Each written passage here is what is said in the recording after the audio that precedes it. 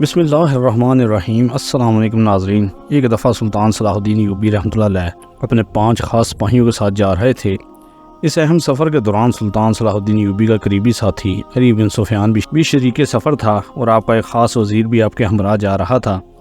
سلطان صلاح الدین ایوبی کا یہ سفر بہت طویل تھا، لہٰذا سلطان صلاح الدین ایوبی کے پاس کھانے پینے کی اشیاء ختم ہو چکی تھی۔ سلطان صلاح الدین ایوبی تلاش میں تھے کہ اگر کوئی ایسی جگہ تلاش کی جائے جہاں تھوڑی دیر آرام بھی کیا جائے اور کھانے پینے کا بندوبست بھی کیا جائے۔ گھوڑے پر دوڑتے دوڑتے سلطان صلاح الدین ایوبی کا گزر ایک پہاڑ کی چوٹی کے پاس سے ہوا۔ سلطان صلاح الدین نے دیکھا کہ پہاڑ کی چوٹی پر دھواں اٹھ رہا ہے۔ سلطان نے سپاہیوں کو اشارہ دیا کہ ضرور اس پہاڑ کی چوٹی پر کوئی رہ رہا ہے، لہٰذا وہاں جا کر ہمیں کھانے پینے کی اشیاء اور تھوڑی دیر آرام کرنے کے لیے جگہ مل جائے گی۔ سلطان صلاح الدین ایوبی رحمۃ اللہ علیہ نے جہاں تک گھوڑے چڑھائی کر سکتے تھے لے گئے اور اس کے بعد گھوڑوں کو جھاڑیوں کے ساتھ باندھنے کے بعد پہاڑ کی چوٹی کی طرف پیدل سفر شروع کر دیا۔ جب سلطان صلاح الدین ایوبی رحمۃ اللہ علیہ پہاڑ کی چوٹی پر پہنچے تو وہ دھواں جھاڑیوں میں آگ لگنے کی وجہ سے اٹھ رہا تھا اور اس کے ساتھ میں ایک تیر لگا ہوا تھا جس کی نوک پر پتھر لگا ہوا تھا۔ سلطان صلاح الدین ایوبی سمجھ گئے کہ ضرور تیر پتھر سے ٹکرانے کی وجہ سے چنگاری اٹھی ہوگی اور ان جھاڑیوں کو آگ لگ گئی ہوگی، لہٰذا اس پہاڑی کی چوٹی پر کوئی بھی آبادی نہیں۔ لیکن جب سلطان صلاح الدین ایوبی رحمۃ اللہ علیہ پہاڑ کی چوٹی سے نیچے دیکھا تو سلطان صلاح الدین ایوبی کو تھوڑے تھوڑے فاصلے پر چھوٹی چھوٹی بستیاں نظر آئیں اور ان میں ایک بستی ایسی تھی جو کہ تھوڑی دیر سفر کرنے کے فاصلے پر تھی۔ پیاس کی شدت بہت زیادہ تھی اور تھکاوٹ بھی بہت زیادہ ہو چکی تھی، لہٰذا سلطان صلاح الدین ایوبی نے سپاہیوں کو حکم دیا کہ ہمیں اسی بستی کی طرف سفر کرنا ہوگا تاکہ ہم جلدی جلدی وہاں پہنچ سکیں اور کچھ کھا پی سکیں۔ سلطان صلاح الدین ایوبی نے اپنے گھوڑے پر سوار ہو گئے اور اس بستی کی طرف پہنچ گئے، لیکن جب سلطان صلاح الدین ایوبی کا گھوڑا اس بستی کے قریب پہنچا تو سلطان کی نظر اس بستی کے اندر بنے ایک کلیسا پر پڑی۔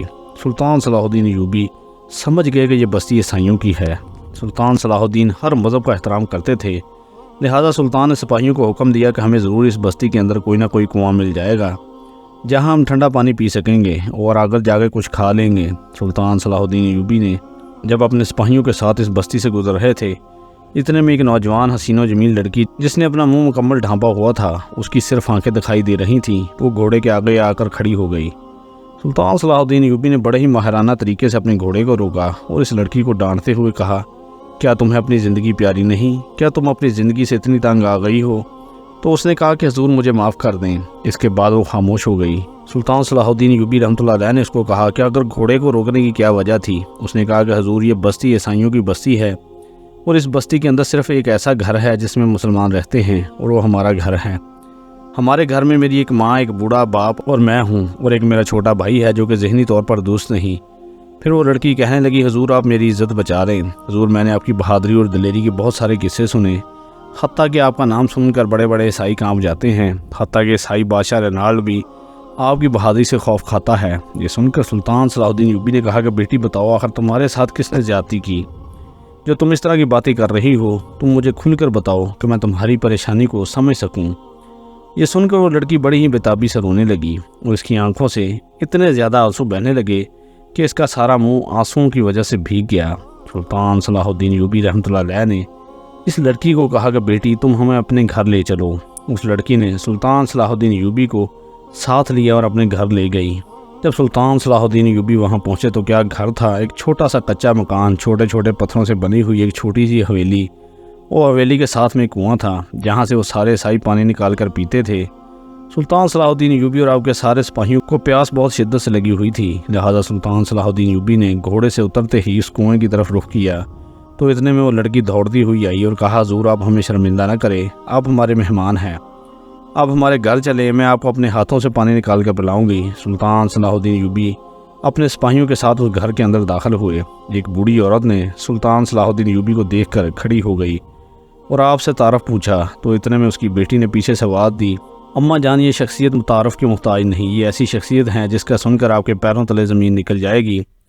تو اتنے میں سلطان صلاح الدین ایوبی نے کہا کہ میں مصر کی سلطنت کا سلطان ہوں لیکن اللہ کا بہت گناہ گار بندہ ہوں، اماں جان میں بہت گناہ گار ہوں۔ یہ سن کر بوڑھی اماں نے کہا کہ میرے رب، آپ کو میرے ایسی کون سی نیکی پسند آ گئی کہ آپ نے اپنا پیارا بندہ جس کو دیکھنے کے لیے لوگوں کی آنکھیں ترستی ہیں، آپ نے میرے گھر کا مہمان بنا دیا۔ پھر وہ بوڑھی عورت کہنے لگی، حضور ساری زندگی ہم نے دکھ دیکھے، مشکلات دیکھیں، لیکن جب آپ کو اپنے گھر میں دیکھ رہی ہوں تو مجھے ایسے لگتا ہے کہ میں نے ساری زندگی پیچھے جنت میں گزار دی۔ تو یہ سن کر سلطان صلاح الدین ایوبی نے کہا کہ اماں جان استغفر اللہ، آپ مجھے اپنا مہمان نہ سمجھیں، آپ مجھے اپنا بیٹا سمجھ کر اپنی پریشانی بتائیں۔ تو وہ بوڑھی عورت کچھ بولنے لگی، تو اتنے میں اس لڑکی نے مٹی کے بنے پیالے میں سلطان صلاح الدین ایوبی کو پانی دیتے ہوئے کہا کہ حضور میں بتاتی ہوں۔ پھر وہ بتانے لگی، حضور چند دن پہلے میں اپنی امی کے ساتھ گھر کے کام کاج میں مصروف تھی۔ ایک بوڑھی عورت نے دروازے پر دستک دی۔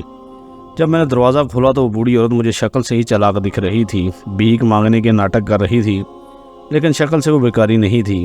لیکن اس نے اپنی باتوں سے میری ماں کو بیوقوف بنا لیا اور کہا یہ جو دیوار کے سوراخوں میں تیری بیٹی نے بال دبائے ہوئے ہیں یہ مجھے نکال کر دے دیں، مجھے اور کچھ نہیں چاہیے۔ پھر اس نے اپنے تھیلے سے اور بال نکالتے ہوئے کہا کہ یہ بال جا کر میں بازار میں بیچتی ہوں اور اس سے ہمیں اچھے خاصے سکے مل جاتے ہیں، اور یہ بال آپ کے کسی کام کے نہیں۔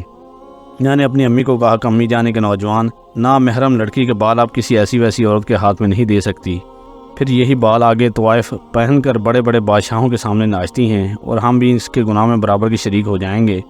تو میری ماں نے کہا بیٹا ایسا ویسا کچھ نہیں، یہ بال یہاں پر گل سڑ جائیں گے، اس بوڑھی بیچاری کا فائدہ ہو جائے گا۔ اس بوڑھی عورت نے اپنی باتوں سے میری ماں کو قابو کر لیا اور میری ماں نے میرے منع کرنے کے باوجود وہ بال نکال کر بوڑھی عورت کو دے دیے۔ بوڑھی عورت بال لے کر باہر نکلی اور ایسے غائب ہوئی جیسے وہ اس بستی میں آئی ہی نہیں۔ جیسے ایسے وقت گزرتا گیا میرے جسم پر کمزوری چھانے لگی، مجھے بہت پریشانی ہونے لگی۔ شام کو بھوک ہونے کی وجہ سے مجھ سے کچھ نہ کھایا گیا، میں اپنے بستر پر جا کر لیٹ گئی اور میری ماں کو بھی نیند آ گئی۔ تھوڑی دیر کے بعد میری آنکھ کھلی، سب سوئے ہوئے تھے۔ میں اپنے بستر سے اٹھی، میں اپنے آپ کو قابو میں نہیں کر پا رہی تھی، میں نہ چاہتے ہوئے بھی چل رہی تھی۔ میں بستر سے اٹھی، ایک پیالہ پانی کا پینے کے بعد میں وہاں سے نکل کر عیسائیوں کے بنے ہوئے کلیسا کی طرف چل پڑی۔ چلتے چلتے جب میں کلیسا کے دروازے پہ پہنچی تو اندر پادری بیٹھا ہوا تھا۔ میں نے دروازہ کھولا اور جا کر پادری کی گود میں سر رکھ کر سو گئی، اور اس کے بعد پادری نے میرے ساتھ کیا کیا مجھے کچھ معلوم نہیں۔ اور حضور اس کے بعد ہر روز بوڑھی عورت آتی، مجھ سے بال لے کر چلی جاتی، لیکن میں خود کو قابو نہیں کر پاتی۔ میں بڑی کوشش کرتی ہوں کہ جیسے اب آئے گی میں اس کو بال اپنے نہیں دوں گی، لیکن وہ کچھ ایسا پادری نے کر دیا کہ جیسے وہ بوڑھی عورت آتی میں بے قابو ہو کر اپنے سر کے جھڑے ہوئے بال اس کو نکال کر دے دیتی اور بوڑھی عورت بال لے کر غائب ہو جاتی۔ اور جیسے ہی رات کا وقت ہوتا میری آنکھ کھل جاتی اور میں خود کو بے قابو ہوتے ہوئے اس پادری کے پاس پہنچ جاتی، اس کی گود میں سر رکھ کے سو جاتی۔ اور جب میری آنکھ کھلتی تو مجھے صبح کا منظر یاد ہوتا اور میں ایک ندی کے کنارے پڑی ہوئی ہوتی ہوں۔ یہ سن کر سلطان صلاح الدین ایوبی بڑے حیران ہوئے اور کہا کہ اب وقت آ گیا ہے کہ اس بوڑھی عورت اس پادری کو سبق سکھایا جائے، لیکن اس کے لیے ہمیں کوئی ترکیب سوچنی ہوگی۔ اتنے میں سلطان صلاح الدین ایوبی نے اپنے ایک سپاہی کو حکم دیا کہ جا کر اس علاقے کے اندر کوئی ایسی عورت تلاش کی جائے جو اس لڑکی کی طرح خوبصورت ہو لیکن مسلمان ہو۔ اور سلطان صلاح الدین ایوبی کے حکم پر وہ سپاہی چلا گیا۔ تو اتنے میں سلطان صلاح الدین ایوبی نے کہا کہ اب جب کل بوڑھی عورت آئے گی ہم سب چھپ کر یہ سارا ماجرا دیکھیں گے، لیکن اس بار تمہاری جگہ وہ عورت جو کہ سپاہی تلاش کر کے لائے گا وہ اس کو بال دے گی، اور وہ بال بھی گھوڑی کے دم کے ہوں گے۔ یہ سن کر بوڑھی عورت حیران ہو گئی۔ تھوڑی دیر بعد وہ سپاہی ایک لڑکی کو لایا جو کہ اس نے ساتھ والی بستی سے مدد کے لیے لی تھی۔ سلطان نے اس کو ساری ترکیب سمجھا دی۔ اب سلطان نے اس لڑکی کو کہا کہ جیسے ہی وہ کل بوڑھی عورت آئے تو تم نے نقاب کر لینا ہے اور وہ یہ سمجھے گی کہ تم اس کی بیٹی ہو، اور وہ تم سے بال لے کر چلی گئی۔ اگلی صبح ایسا ہی ہوا، وہ بوڑھی عورت آئی، اس لڑکی نے اس کو گھوڑی کے بال دے دیے، اب وہ چلی گئی۔ جیسے ہی شام کا وقت ہوا سلطان صلاح الدین ایوبی نے کہا کہ تم اب چلنے کا ناٹک کرو، کیونکہ اس بار جو بھی پہلے ہوتا ہے وہ تمہارے ساتھ نہیں ہوگا۔ اب وہ لڑکی بھی محسوس کر رہی تھی کہ پہلے کی طرح وہ کسی کے قابو میں نہیں، اب وہ چلتی جا رہی تھی اور سلطان صلاح الدین ایوبی اس کے پیچھے تھے۔ وہ لڑکی اس پادری کے کلیسا کے دروازے میں پہنچی اور جا کر اس کی گود میں سو گئی۔ جب سلطان صلاح الدین ایوبی نے جا کے اندر کا منظر دیکھا تو بہت ساری انسانی ہڈیوں کے کھوپڑیوں اور کوئلے پڑے ہوئے تھے اور ایک گڑیا جس کی آنکھیں نہیں تھی۔ سلطان صلاح الدین ایوبی سمجھ گئے کہ یہ پادری کوئی عجیب قسم کا جادو یا کوئی ایسا کام کر کے اس لڑکی کو اپنی طرف بلاتا ہے اور اپنے قابو میں کر لیتا ہے اور اس کے جسم کے ساتھ کھیل کر صبح اس کو ندی کے کنارے چھوڑ دیتا ہے۔ سلطان صلاح الدین ایوبی نے اسی وقت تلوار نکالی اور پادری کے گردن پر رکھ دی۔ اچانک اپنی گردن پر تلوار دیکھ کر پادری خوف میں پڑ گیا۔ تو سلطان صلاح الدین ایوبی نے کہا کیا وقت آ گیا ہے کہ تم سے تمہارا حساب لیا جائے اور اب تیری گردن اتار دی جائے؟ تو اتنے میں اس نے کہا حضور آپ میری گردن نہ اتاریں، میں سب کچھ سچ بتاتا ہوں۔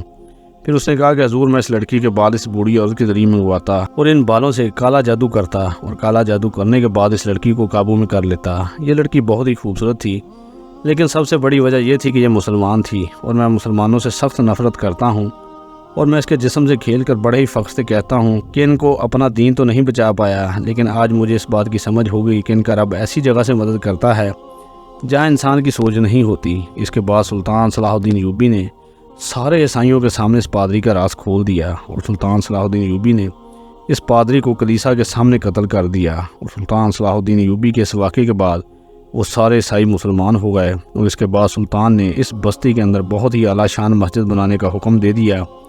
اور بہت سی روایت میں ملتا ہے کہ کیا اس بستی کی وجہ سے ارد گرد کی بستیاں بھی مسلمان ہونے لگیں اور پورا علاقہ مسلمان ہو گیا۔ اور یہ واقعہ اس وجہ سے بہت مشہور ہوا کہ ایک لڑکی اور ایک پادری کی وجہ سے پورا علاقہ جو کہ کئی کلومیٹر پر پھیلا تھا سارے کا سارا مسلمان ہو گیا۔ ناظرین، مصر کے قدیم گاؤں نوبیان کے اندر ایک قاضی تعینات تھا جس کا نام ابو باوجہ تھا۔ قاضی کا چھوٹے سے گھر کے اندر ایک لکڑیوں کا بنا ہوا غسل خانہ تھا جس کے اندر قاضی کی بیٹی نہا رہی تھی۔ حیران کی بات یہ ہے کہ قاضی ہو کر ایک چھوٹے سے گھر میں رہنا عقل کو حیران کر دینے والی بات تھی، لیکن قاضی صاحب کی ایمانداری کی وجہ سے غربت نے ساری زندگی قاضی صاحب کا خوب ساتھ نبھایا، اور گاؤں کے قاضی کے عہدے کے ہونے کے باوجود قاضی صاحب کے پاس رہنے کے لیے ایک جھونپڑی اور ایک چھوٹا سا بیت الخلا اور نہانے کے لیے لکڑیوں سے بنا ہوا ایک غسل خانہ تھا۔ اس غسل خانے کے اندر ایک دن قاضی کی بیٹی نہا رہی تھی۔ قاضی صاحب اپنے گھر میں موجود نہیں تھا۔ اس غسل خانے کے پاس تھوڑے سے فاصلے پر ایک بہت بڑا درخت تھا جو کہ بہت ہی پرانا درخت تھا۔ بدقسمتی سے اس دن قاضی کی بیٹی کو غسل خانے کے اندر نہاتے ہوئے رستم نامی نوجوان نے دیکھ لیا، کیونکہ جب قاضی کی بیٹی غسل خانے کے اندر نہا رہی تھی تو اسی دوران رستم اپنے پالتو طوطے کو پکڑنے کے لیے اس درخت کے اوپر چڑھا ہوا تھا، اور اسی دوران رستم کی نظر جب قاضی کی بیٹی پر پڑی تو اس کو برہنہ حالت میں دیکھ کر رستم پاگل ہو گیا، اور اس کے گورے گورے جسم کو دیکھ کر رستم کی آنکھیں پھٹی کی پھٹی رہ گئیں۔ رستم درخت سے نیچے آیا اور گھر جا کر اس غریب قاضی کی بیٹی کے نام ایک خط لکھا۔ اس میں اس نے خط میں کہا کہ میں نے کل تمہیں گھر کے اندر غسل خانے کے اندر گاؤں کے ایک لڑکے کے ساتھ بدکاری کرتے ہوئے دیکھا، اور یہ بات میں پورے گاؤں کے اندر پھیلا دوں گا۔ اگر تم نے میری بات نہ مانی تو تیرے پورے شہر کے اندر بدنامی ہو جائے گی، اور لوگ تیرے بابا کو قاضی کے عہدے سے ہٹا کر اس گاؤں سے نکال دیں گے، لیکن اگر تم میری بات مان لو تو تم بہت فائدے میں رہو گی۔ اور جب قاضی کی بیٹی نے یہ خط پڑھا تو اس کے پیروں تلے زمین نکل گئی، کیونکہ وہ تو بالکل بے گناہ تھی۔ لیکن قاضی کی بیٹی یہ بات ضرور جان چکی تھی کہ کل رستم نے مجھے غسل خانے کے اندر برہا حالت میں نہاتے ہوئے دیکھ لیا ہے، اور اب وہ میرے حسن کا پیاسا ہو گیا ہے، اور اگر میں نے اس کی خواہش پوری نہ کی تو وہ مجھے گاؤں کے اندر بدنام کر دے گا۔ لیکن اس سے پہلے قاضی کی بیٹی کو کبھی کسی نے بغیر نقاب کے نہیں دیکھا تھا۔ قاضی کی بیٹی کی شرافت کے چرچے پورے گاؤں میں تھے۔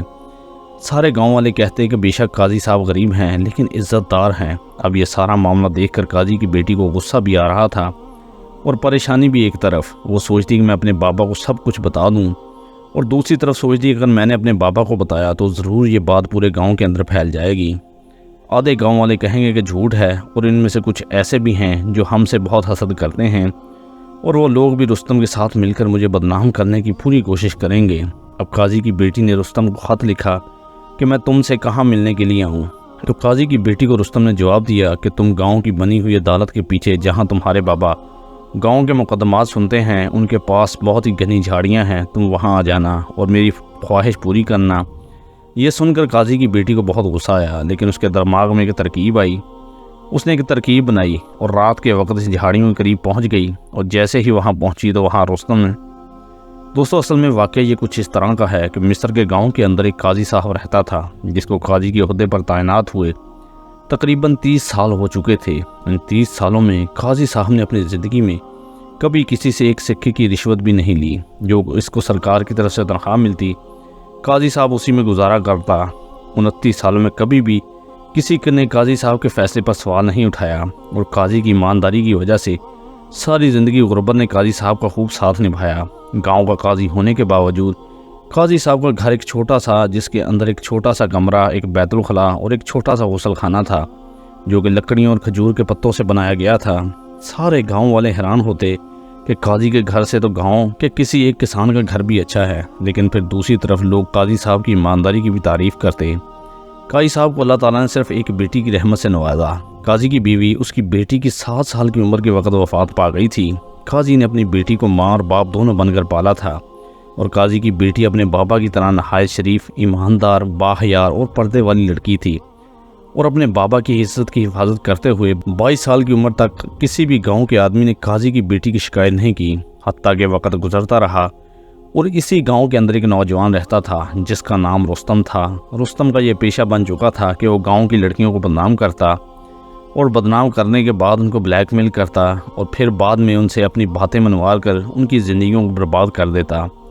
وقت گزرتا رہا اور قاضی کی بیٹی سے پہلے بھی وہ رستم گاؤں کی ایک خوبصورت حسین و جمیل لڑکی کو بدنام کر چکا تھا۔ وہ بھی اس طرح کا کچھ واقعہ تھا کہ اس وقت رستم کی عمر تقریباً 22 سال ہو چکی تھی اور اسی گاؤں کے اندر ایک لوہار کی بیٹی تھی جو کہ بہت خوبصورت اور حسین و جمیل تھی۔ لوہار کی بھی ایک اکلوتی بیٹی تھی اور ساری زندگی لوہار نے غربت میں گزار دی اور اس کی بیٹی غربت کی وجہ سے اچھی تعلیم بھی حاصل نہ کر سکی۔ یہ سب دیکھتے ہوئے اس لوہار نے اپنی بیٹی کو کہا کہ بیٹی تم اپنے گاؤں کی فلاں عورت کے پاس چلی جایا کرو، وہ تمہیں سلائی کا کام سکھا دے گی اور جب تم کچھ ہنر سیکھ جاؤ گی تو تمہارے اندر خود اعتمادی پیدا ہوگی، تمہیں کبھی اکیلا پن محسوس نہیں ہوگا، کبھی تم کسی پر بوجھ نہیں بنو گی۔ تو اس کی بیٹی نے کہا کہ بابا ہمارے گاؤں کی جو عورت سلائی سکھاتی ہے اس کا کردار اچھا نہیں ہے، اس کے گھر میں ہر وقت اوباش نوجوان آتے رہتے ہیں اور اگر میں وہاں گئی تو میں بھی بدنام ہو جاؤں گی۔ ہاں ایک عورت ہے جو کہ ساتھ والے گاؤں میں رہتی ہے، وہ ایک بوڑھی عورت ہے اور کافی عمر رسیدہ ہے، وہ ایک چھوٹی سی جھونپڑی میں رہتی ہے لیکن اللہ تعالیٰ نے اس کو بہت ہنر دیا ہے۔ اگر میں ہر روز اس کے پاس تھوڑی دیر کے لیے جایا کروں تو میں چند ماہ کے اندر سلائی کا کام سیکھ جاؤں گی۔ تو کمہار کی بیٹی نے کہا کہ پھر تم وہاں اکیلی کیسے جاؤ گی؟ میں تو صبح جاتا ہوں اور شام کو کام سے واپس آتا ہوں۔ لوہار کی بیٹی نے کہا کہ بابا جان ہمارے گاؤں کا تانگے والا ہر روز اسی گاؤں کی طرف جاتا ہے اور کچھ سامان وہاں سے لے کر گاؤں کے بازار میں پہنچاتا ہے، آپ اس تانگے والے سے بات کر لیں، ہم اسے ماہ کا مناسب کرایہ دے دیں گے اور مجھے لے بھی آیا کرے گا اور لے بھی جایا کرے گا۔ لوہار جانتا تھا کہ وہ تانگے والا بھی بوڑھا بزرگ ہے اور بہت شریف انسان ہے۔ اس نے تانگے والے سے بات کی اور تانگے والے نے وعدہ کر لیا کہ میں تیری بیٹی کو حفاظت کے ساتھ اس گاؤں میں لے جاؤں گا اور شام ہونے سے پہلے اس کو واپس گاؤں میں چھوڑ دوں گا۔ اب لوہار مطمئن تھا اور اس کی بیٹی ہر روز تانگے والے کے ساتھ جاتی اور اس گاؤں کی بوڑھی عورت کے پاس کام کرتی اور شام ہونے سے پہلے اس تانگے والے کے ساتھ واپس لوٹ آتی۔ وقت گزرتا رہا اور ایک دن رستم کی نظریں لوہار کی بیٹی پر پڑ گئی کہ جب وہ تانگے پر جا رہی تھی تو اس کے منہ سے نقاب ہٹ گیا۔ جب رستم نے اس کو دیکھا تو وہ پاگل ہو گیا۔ اس نے اسی وقت دل میں ٹھان لیا کہ میں لوہار کی بیٹی کے ساتھ ایک رات گزار کر ہی دم لوں گا۔ اور رستم نے دل میں ہی خیالی پلاؤ پکانا شروع کر دیے اور وہ سوچ رہا تھا کہ کس طرح لوہار کی بیٹی کے ساتھ چکر چلایا جائے۔ وہ جانتا تھا کہ لوہار کی بیٹی نے کبھی باہر قدم نہیں رکھا اور اس کا کسی بھی گاؤں کے نہ ہی کسی نوجوان کے ساتھ نہ ہی کسی لڑکی کے ساتھ کوئی دوستی ہے۔ وہ تو اپنے ہم عمر لڑکیوں سے بات نہیں کرتی تو وہ میرے چکر میں کیسے آئے گی؟ اسی سوچ میں ایک دن رستم نے اپنے دوست کو اپنے پاس بلایا اور کہا کہ کل لوہار کی بیٹی دوسرے گاؤں کے اندر سلائی کا کام سیکھنے کے لیے جائے گی تو واپسی پر میں تانگے والے کو راستے پر باندھ دوں گا اور جب تانگے والا وہاں نہیں پہنچے گا تو لوہار کی بیٹی وہاں سے اپنے گاؤں کی طرف پیدل چڑھ پڑے گی اور اسی دوران تم جا کر لوہار کی بیٹی کو تنگ کرنا اور میں اسی دوران تمہیں ماروں پیٹوں گا اور لوہار کی بیٹی کی نظروں میں بہت بڑا ہو جاؤں گا۔ اس کے دوست نے بھی کہا کہ ٹھیک ہے لیکن اس کے بدلے میں مجھے کیا ملے گا؟ تو رستم نے اسے وعدہ کر لیا کہ تھوڑی دیر کے لیے تم بھی اس لڑکی کے ساتھ وقت گزار لینا۔ دونوں کے درمیان ڈیل ہو گئی اور اگلی صبح تانگے والے نے لوہار کی بیٹی کو اپنے گھر سے اٹھایا اور دوسرے گاؤں چھوڑ دیا۔ لیکن جب واپسی پر لوہار کی بیٹی اس بوڑھی عورت کے گھر سے لینے کے لیے آ رہا تھا تو رستم نے اس کو راستے میں مار پیٹ کر کے ایک درخت کے ساتھ باندھ دیا اور بوڑھی عورت کے گھر کے قریب پہنچ گیا۔ اب سورج غروب ہونے والا تھا، عصر کا وقت تھا۔ لوہار کی بیٹی نے دیکھا کہ اب تانگے والا نہیں آ رہا، لہٰذا مجھے شام ہونے سے پہلے یہاں سے نکل جانا چاہیے کیونکہ اگر میں وقت پر نہ پہنچی تو میرے بابا بہت غصے ہوں گے۔ اب لوہار کی بیٹی نے بوڑھی عورت سے اجازت لے کر اس کے گھر سے نکل پڑی۔ تھوڑا اس نے سفر کیا تھا کہ رستم کا دوست اس کو آ کر تنگ کرنا شروع کر دیا۔ وہ کبھی سے سیٹی مارتا، کبھی سے آگے جاتا تو کبھی پیچھے چلا جاتا، کبھی کچھ کہتا تو کبھی کچھ، اور آخر کار اس نے اس کا ہاتھ پکڑ لیا۔ جب رستم کے دوست نے اس کا ہاتھ پکڑ لیا تو رستم ہیرو بن کے سامنے آیا اور اس دوست کو مارنا پیٹنا شروع کر دیا۔ اسی دوران رستم نے لوہار کی بیٹی کو گھوڑے پر بٹھا کر اپنی باحفاظت گھر بھیج دیا۔ لوہار کی بیٹی رستم سے کافی متاثر ہوئی۔ اب دل ہی دل میں اس کے لیے سوچ رہی تھی کہ جب رستم نے دیکھا کہ تیر نشانے پہ لگ چکا تو اگلی صبح اس نے لوہار کی بیٹی کو ایک خط لکھا اور کہا کہ جب سے تم سے ملا ہوں میں خود پر قابو نہیں پا سکتا، مجھے تم سے محبت ہو گئی ہے، میں تم سے اکیلے میں کچھ بات کرنا چاہتا ہوں۔ یہ سن کر لوہار کی بیٹی نے منع کر دیا کہ میں تمہیں نہیں مل سکتی، لیکن رستم یہ کام اچھے طریقے سے کرنا جانتا تھا، لہٰذا رستم نے اس لڑکی کو دوبارہ خط لکھا کہ میں صرف تم سے چند لمحے کی ملاقات کرنا چاہتا ہوں اور اپنے دل کی بات کہنا چاہتا ہوں، اور تم مجھے جہاں کہو گی میں تمہارے پاس آ جاؤں گا۔ لوہار کی بیٹی نے رستم کو آزمانے کے لیے کہا کہ کل دوپہر کے وقت میرے گھر آ جانا، کیونکہ اس وقت میرے بابا اپنی دکان پر ہوتے ہیں۔ اگلی دوپہر رستم لوہار کے گھر پہنچ گیا۔ رستم کو لوہار کی بیٹی ایک اکیلے کمرے میں لے گئی، لیکن رستم نے اس لڑکی کے دل میں جگہ بنانے کے لیے اس لڑکی کو دور سے کھڑے ہو کر اپنی محبت کا اظہار کیا اور بغیر اس کو چھوئے وہاں سے چلا گیا۔ لوہار کی بیٹی بڑی متاثر ہوئی کہ ایک نوجوان لڑکا ایک خوبصورت لڑکی کو اکیلے کمرے میں دیکھ کر بھی اس نے ہاتھ تک نہیں لگایا۔ اس کا کردار دور کی طرح سفید ہے۔ وہ پہلے سے بھی زیادہ رستم کے جال میں پھنس چکی تھی۔ اب آہستہ آہستہ وہ رستم کو گھر میں بلاتی، اس سے ملاقات کرتی، لیکن ان کی ملاقات میں کوئی بھی غیر فطری حرکت نہیں ہوتی۔ اب رستم اپنے جال میں لوہار کی بیٹی کو پوری طرح پھنسا چکا تھا۔ ایک دن رستم نے لڑکی کو خط لکھا کہ تم فلاں جگہ پر، جو کہ گاؤں کے پاس ایک سنسان جگہ ہے، وہاں آ جاؤ۔ اس بات کی خبر کسی کو نہیں ہونے دینا۔ اس نے لوہار کی بیٹی کو بڑے ہی طریقے سے منوا لیا اور گاؤں کے پاس میں ایک سنسان جگہ پر بلا لیا۔ وہ لڑکی اس کے جال میں پھنس گئی اور جب وہ پہنچی تو رستم نے اپنی اصلیت دکھا دی۔ اس کے کپڑے اتارے، اس کو وہیں ننگا کر کے آدھی رات تک اس کے جسم کے ساتھ کھیلتا رہا۔ جب رستم تھکا تو اس لڑکی کو اس جگہ بے ہوشی کی حالت میں چھوڑ کر چلا گیا۔ جب لوہار کی بیٹی کو ہوش آیا تو اس کی دنیا اجڑ چکی تھی۔ اس کے پاس دو ہی راستے تھے، یا تو واپس گھر آ جاتی اور اپنی عزت کا جنازہ نکلتا ہوا اپنی آنکھوں سے دیکھتی، یا پھر خودکشی کر کے اپنی جان دیتی تھی۔ اس نے خودکشی کرنے کو ترجیح دی اور جا کر گاؤں کے ساتھ بہتی ہوئی نہر میں چھلانگ لگا دی اور وہیں مر گئی۔ اگلی صبح گاؤں کے پاس اس لڑکی کی لاش ملی۔ جب رستم کے دوست نے سنا کہ رستم نے اس لڑکی کو مار دیا، پھر لڑکی نے اپنی عزت ختم ہو جانے کی وجہ سے خودکشی کر لی، تو اس کا ضمیر جاگا اور اس نے جا کر گاؤں کے قاضی کو سارا ماجرا بیان کر دیا۔ لیکن رستم اپنے علاقے کا بہت بڑا بدمعاش تھا۔ 1 سال تو وہ زندان میں بند رہا اور آخر گھر پھر وہ نکل آیا۔ لوہار بیچارہ اپنی بیٹی کا غم برداشت نہ کر سکا اور چند دن بعد اس کی بھی موت ہو گئی۔ وقت گزرتا رہا اور گاؤں والے جانتے تھے کہ رستم نے لوہار کی بیٹی کے ساتھ بہت بڑا ظلم کیا، لیکن اپنی عزت کی ڈر کی وجہ سے اسے کوئی کچھ نہیں کہتا۔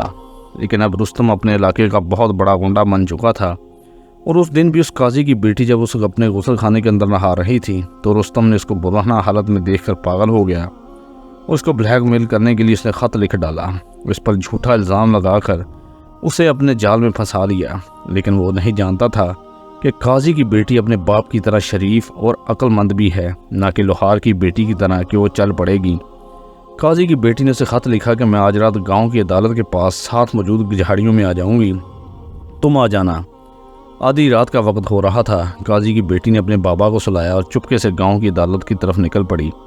اب رستم بھی اس کے جسم کو حاصل کرنے کے لیے تڑپ رہا تھا اور وقت سے پہلے ہی وہاں پہنچ گیا۔ اور جیسے ہی قاضی کی بیٹی عدالت کے قریب پہنچی تو رستم بھی وہاں موجود تھا۔ اس نے قاضی کی بیٹی کے ہاتھ سے پکڑا اور اسے عدالت کے پیچھے جھاڑیوں میں لے گیا۔ جیسے ہی اس نے اس کے جسم پر ہاتھ رکھا تو پیچھے سے ایک زوردار تلوار رستم کی پیٹھ پر پڑ لگی۔ جب پیچھے رستم نے پلٹ کر دیکھا تو پیچھے قاضی کھڑا تھا اور قاضی کے ساتھ میں گاؤں کا سردار اور گاؤں کے چند معزز شخص کھڑے تھے۔ رستم کو پتہ چل گیا کہ اب میری اصلیت کھل چکی ہے۔ میں نے لوہار کی بیٹی کو تو بیوقوف بنا لیا تھا، لیکن قاضی کی بیٹی کو میں جال میں نہیں پھنسا سکا۔ اب گاؤں کے ایک نوجوان نے قاضی صاحب سے تلوار لی اور رستم کی پیٹھ میں گھسا دی۔ رستم تڑپ تڑپ کر مرتا رہا اور گاؤں والے رستم کے جسم پر زخم دیکھ کر اپنی حسرتیں مٹاتے رہے۔ جب رستم کے جسم سے تڑپ تڑپ کر روح نکل گئی تو گاؤں کے لوگوں نے رستم کی لاش کو اٹھایا اور جا کر جنگل کے بیچ میں پھینک دیا۔ اس سارے لوگوں نے ایک دوسرے سے وعدہ کیا کہ کل جب رستم کی موت کی خبر گاؤں میں پھیلے گی تو کسی نے کچھ نہیں کہنا، کیونکہ سب لوگ جانتے تھے کہ رستم کا باپ بہت ظالم ہے، اور وہ اگر اس کو پتہ چل گیا کہ رستم کو کس نے قتل کیا تو وہ ضرور گاؤں والوں کو نقصان پہنچائے گا۔ اس کے بعد رستم اپنے انجام کو پہنچا اور گاؤں والوں نے یہ بات پھیلا دی کہ رات کو رستم پر جنگلی جانوروں نے حملہ کر دیا اور اسی وجہ سے اس کی موت ہو گئی۔ رستم کا باپ بھی یہی سمجھا کہ اس کے بیٹے کو قدرتی موت آئی ہے۔ اس قاضی کی بیٹی کی عقل مندی کی وجہ سے اس نے لوہار کی بیٹی اور لوہار کا بدلہ رستم سے بڑی بآسانی لے لیا۔ اور جب یہ بات سلطان صلاح الدین ایوبی تک پہنچی تو سلطان صلاح الدین ایوبی رحمۃ اللہ علیہ قاضی صاحب اور قاضی صاحب کی بیٹی کی بہادری سے بہت متاثر ہوئے کہ سلطان صلاح الدین ایوبی خود اپنے سپاہیوں کے ساتھ چل کر قاضی صاحب کے پاس آئے اور قاضی صاحب کو ایک سرکار کی طرف سے گھر تحفے میں دیا اور قاضی صاحب کو قاہرہ شہر کا قاضی تعینات کر دیا اور قاضی صاحب کی بیٹی کو اپنی زوجہ کا خاص صلاح تعینات کر دیا۔ اسی طرح قاضی صاحب کو اپنی ایمانداری اور قاضی صاحب کی بیٹی کی عقل مندی کی وجہ سے ان کو اتنا بڑا انعام مل گیا۔